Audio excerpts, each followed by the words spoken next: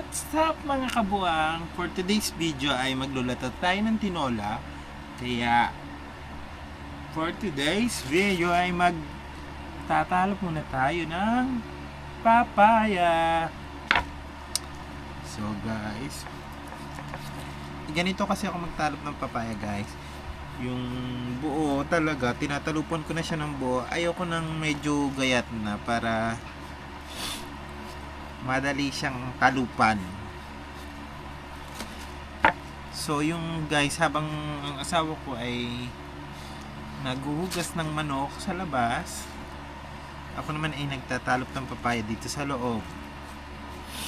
So guys, pagpasensyahan nyo na yung ating background kasi hindi tayo makapagtalop ng papaya sa labas kasi yung reflect ng araw ay nasa tapat ng ating pinto.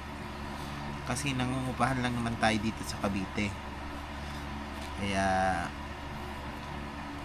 maya makita niyo ang asawa ko sa labas. Eto, pagkatapos ko magayat nito, pakita ko sa inyo kung bakit dito ako nagayat sa loob.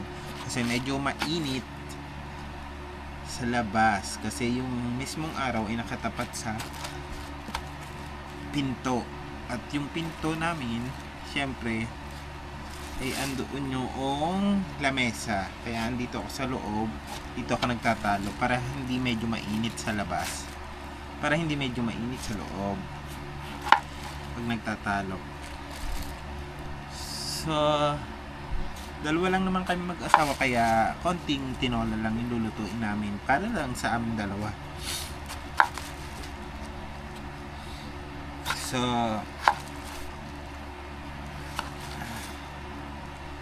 update ko kayo mamaya sa labas para makita nyo yung harapan namin. Kaya kung bakit dito ako sa loob ng nagagayat ng papaya.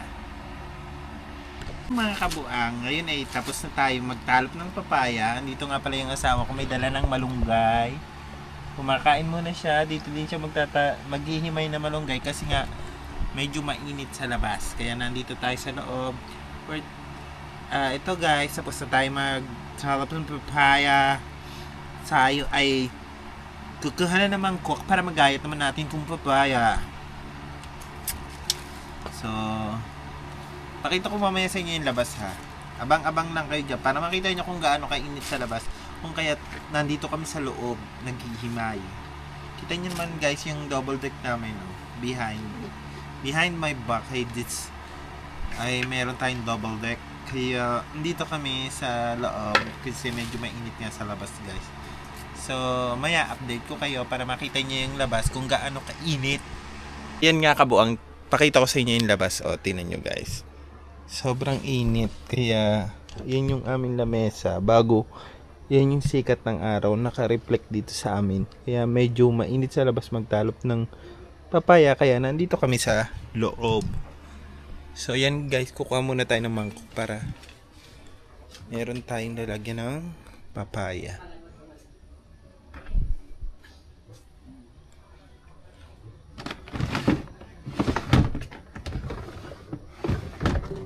Tupperware dito.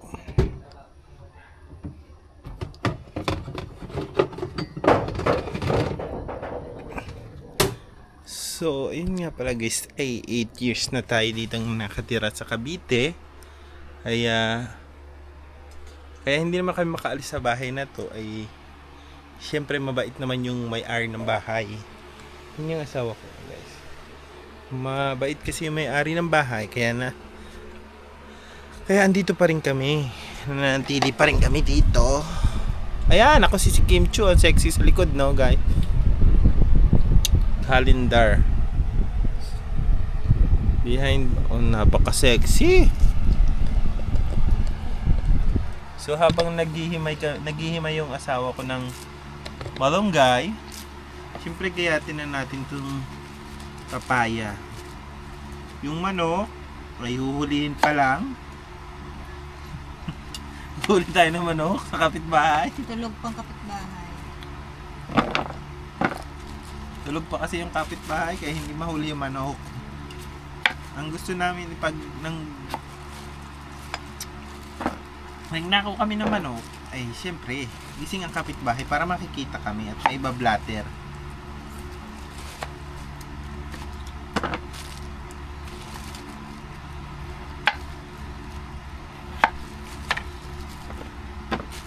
Medyo hinog na tong papaya nating ilalahok sa ano, siguro manamis-namis to. Dahil masarap naman pag manamis-namis yung papaya na ilalahok mo sa tinola. Super delicious. Yeah. Medyo makunat. Ewan ko ba kung matanda ng papayang to.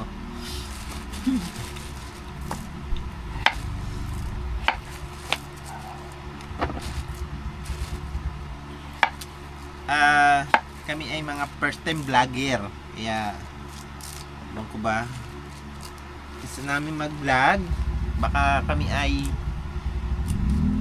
dagdag income, syempre enjoyment na rin, kaya nagba-vlog kami. Sa mga hindi pa nakaka-follow sa aking YouTube channel guys, Kabuang Vlog, paki-follow po, paki-subscribe po, paki-likes para updated kayo sa mga video namin. Gusto namin mag-video at mag-vlog araw-araw. Ang arte, araw-araw. Hindi ako mahilig maghimay ng malunggay kasi pag naghihimay ako nito ay paisa-isa, kaya ang asawa ko na naghihimay niyan. Dahil nakaugalian ko, na-adapt ko sa lola ko, pag naghihimay ng malunggay ay paisa-isa, hindi sinasama ang tangkay, na maliliit na tangkay. Kasi pag sinama mo ang tangkay, pag kinagat mo kasi na siit-siit sa bungi-bunging ngipin. Hoy! Nasa tangkay ang sustansya. Ay, nasa tangkay pala ang sustansya. Hindi tangkay na lang ang lutuin natin. Oh. Ayan nga, for today's video, tapos na tayo ng paggagayat ng papaya. So, nahugasan na naman yung manok. Nandiyan na yung kapitbahay, kaya nakakuha na ng manok. So update ko kayo mamaya pag medyo nakasalang na yung ating tinola para makita nyo ang lulutuin naming tinola for today. Siya yung magluluto. Siya ang asawa ko magluluto ng tinola. Na nakasalang ng sinaing. Lo, tika lang, baka sunog na. Yun, yung sinaing nakalimutan na. Sige guys, update ko kayo mamaya. Bye-bye!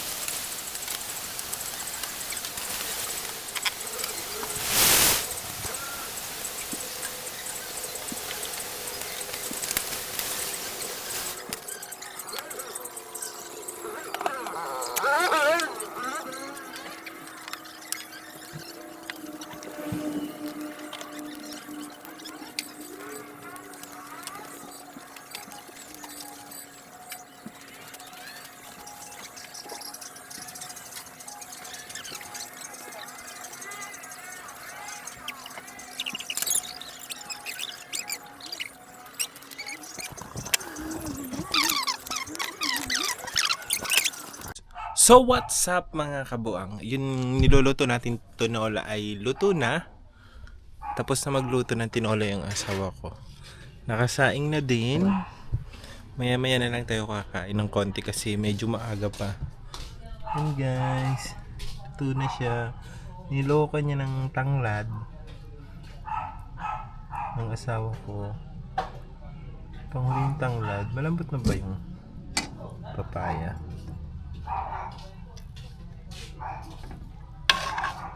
Medyo matigas pa tong papaya eh. Lambot na yun ah, huwag malamog. Maganda medyo labog ng konti. Mapapanis agad. Ang tigas ng papaya. Ha? Kailangan painitin pa yun, pasulakin pa. Ay. Katry na kasi akong lamog eh. Ayun. Hindi tigas pa yan. Ay. Medyo papakuluin pa natin kasi matigas pa medyo yung papaya. Sabi ko sa asawa ko, dapat di mo manilagay yung malunggay. Ano ka ba? Hindi yan madudurog ang malunggay kasi durog na. Pakuluin mo pa yan kasi medyo Maganda matigas nga pa yung papaya. Pakuluin pa. Pero luto na yan guys. Matigas na lang yung papaya, palalambutin lang pa. Maganda yung magkatas yung malunggay kasi masustansya yan. Ayan, may pusa tayo. si Ash. Hindi namin pinalalabas yan medyo kasi ano yan, may lahi. Baka, syempre, alam mo na, machego na mga, mayroon din tayong hamster. Baka manakaw yun ng mga magnanakaw nating kapitbahay. Flex ko sa inyo yung ano, tinan mo.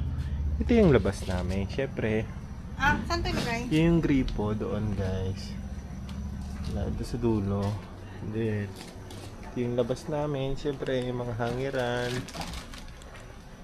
Ito yung lamesa. So, pasok tayo sa kwarto. Andiyan yung mga platuhan. Dito din sa gilid. Yung mga condiments. So, pasok tayo sa kwarto natin. Ito yun, dito kami nagayat. Andyan, syempre, ay yung mga collection namin na andyan. Then, dito na nakakabit yung wifi natin. Yan. Ba't may ano dito? Peanut butter. Yan. Ito yung spaghetti na grocery. Magic syrup. Diyan nakalaga.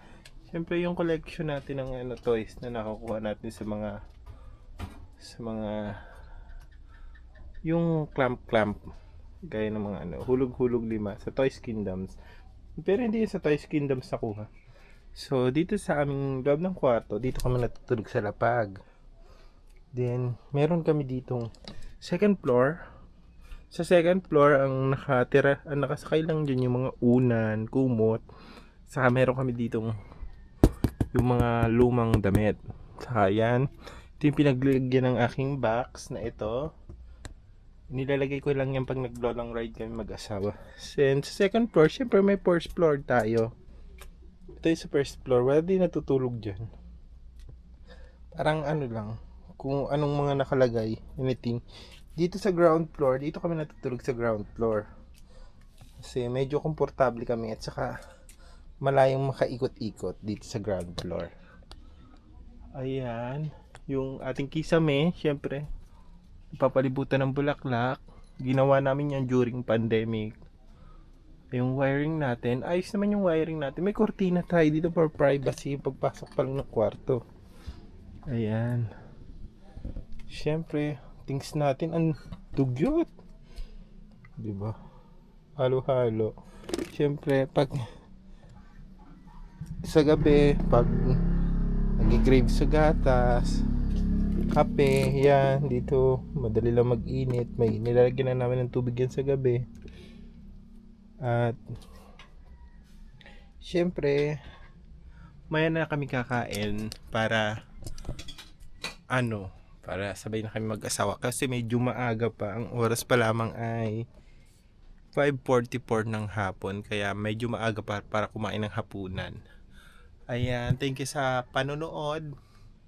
Mamaya na kami kakain kasi mamaya na kami kakain dahil medyo maaga pa. Thank you sa panonood. Subscribe na po lamang at pa-follow sa aking YouTube channel, Kabuang Vlog. Thank you so much sa panonood sa walang kwentang video. What's up mga kabuang? Guys, pa-follow naman ako at pa-subscribe ng aking YouTube channel. Thank you so much. Kabuang Vlog guys. Bye-bye.